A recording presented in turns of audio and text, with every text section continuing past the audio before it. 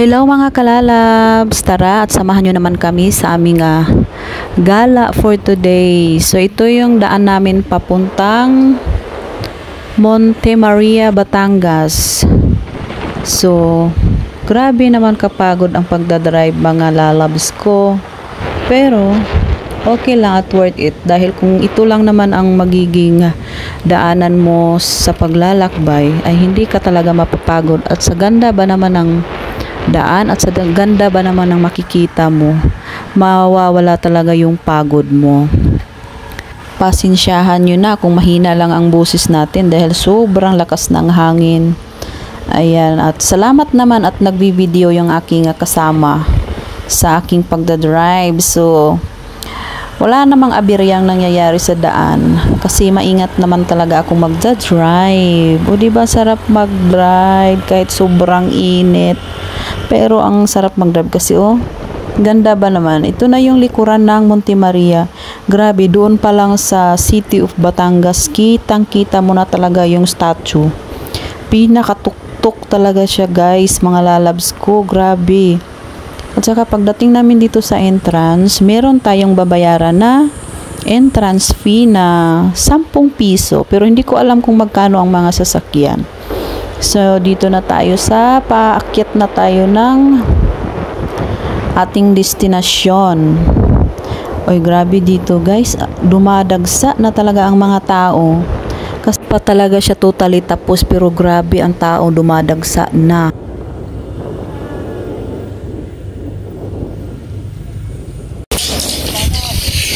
Hi! Pakalamig dito guys. Deserve! Ang init! Bumaba na ako at hindi ko na kaya ang init. Sobra ang layo-layo ng masisilungan. Kakaiba yung init, parang nangangagat sa balat at hindi mo maintindihan. Pahirapan pa kami doon. Dito lang pala. Grabe yung pawis ko, ligo ako. Alam nyo ba, at ito pala ang magiging resulta pag natapos na talaga siya. Ay, napakabongga, ang ganda.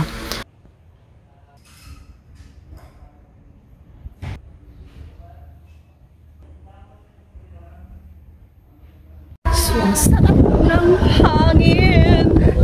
Oh no! Ganda! Charot. Uy. Ang ganda. Ang sarap ng hangin. Pwede ka diyang sumigaw ng ayoko na.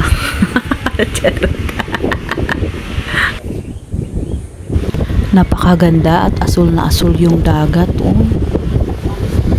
Nakaka-relax. So akyat tayo dun sa taas. Uy, pabigin mo. Pasyo.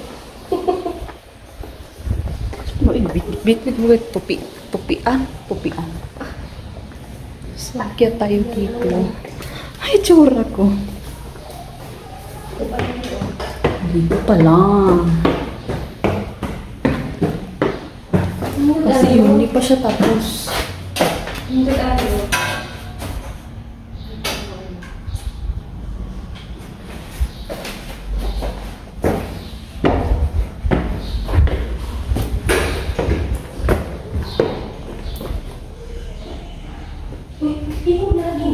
And then, pag natapos pala siya, meron siya mga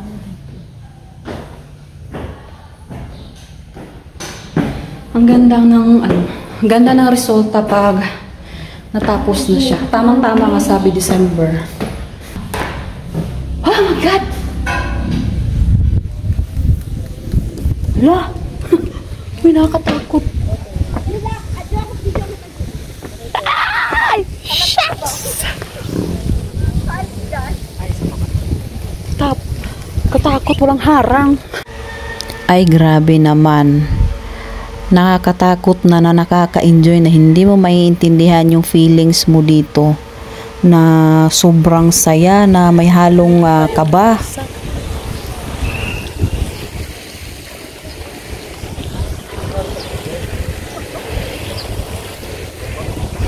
Ganda ng view guys. Glass of glass.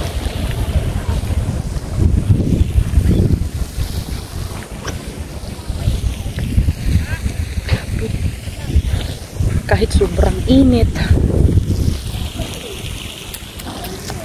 Sulit ang pagod.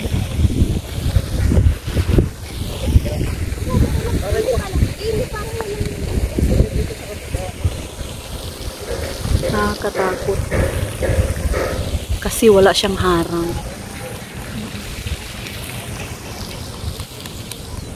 Wala pa siyang harang.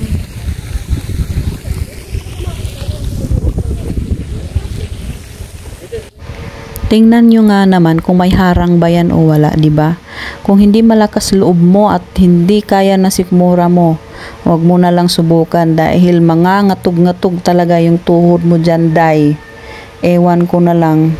Feeling ko na lang dyan na okay ako, pero sa totoo lang, grabe, nangangatog na yung tuhod ko. Kasi sino bang hindi mangangatog dyan? Walang harang. Tapos ang lalakas ng hangin. Isang padpad mo na lang dyan kahit sa sobrang tabako, day. Naku, mapapadpad ako diyan, day. Tapos yung ganyan, ano lang talaga siya, naka-wielding lang talaga siya sa gilid. Pero matibay naman siya. Pero pag ikaw talaga ay matakutin, ay hindi mo kaya yan. Lalo na yan dyan sa swing. Ay naku, day, hindi mo kaya yan, day. At ako'y hindi talaga kaya at sinubukan ko lang talagang umupo konti pero hindi talaga kaya at parang malalaglag na ako sa baba. At dito naman, susubukan ko dito na kakayanin ko, pero ay day, grabe, nangangatog ang aking tuhod, day, kasi ang gilid niyan, day, kunti na lang babagsak ka na sa baba. Pero hindi ko maintindihan bakit kaya, anong purpose nila yan sa ganyan. Pero napakaganda. Pero siguro para sa akin parang napakadelikado, lalo na sa may mga stress na pinagdaanan at hindi natin alam na paano kaya kung bigla diyang tatalon. Kasi ang pagtalon, day, grabe, madali lang. Naku, isang ano mo lang dyan, pwede ka nang tumalon. Pero by the way, na-enjoy ko naman yung araw na yan. Tapos kinakabahan yung kasama ko kasi daw baka malaglag ako. Sabi ko, ay meron namang harang meron siyang screen sa baba, pero kailangan pa din mag-iingat if pupunta kayo rito kasi delikado din talaga siya. O, tingnan nyo nga naman yung gilid niya. O, tingnan nyo, may harang ba? Diba? Wala siyang harang. Pero ang grabe lang naman talaga, ang napakaganda nga naman talaga. Lakasan lang talaga ng loob dyan ang pwedeng umupo. Tsaka hindi ko ang gaganda ng makikita mo dito. Ang layo ng tingin mo kasi talagang nakaka-relax talaga siya tingnan. Kasi nag-aasul-asul yung dagat. Ito talaga yung mga magandang spot talaga na pupuntahan at mai-enjoy mo talaga yung pagpunta mo dahil makikita mo yan dyan, napaka-asul, tapos yung sa gilid ng dagat, makikita, napakaganda, parang mapapawaw ka na lang talaga, yung hindi mo maiintindihan sa ganda. Makikita mo dyan, tapos dito naman at meron silang fountain na nilalagay at pwede ka rin mag-wish. So, bumaba na kami doon sa glass. Dito na kami sa baba. At uuwi na kami. Going home na, guys.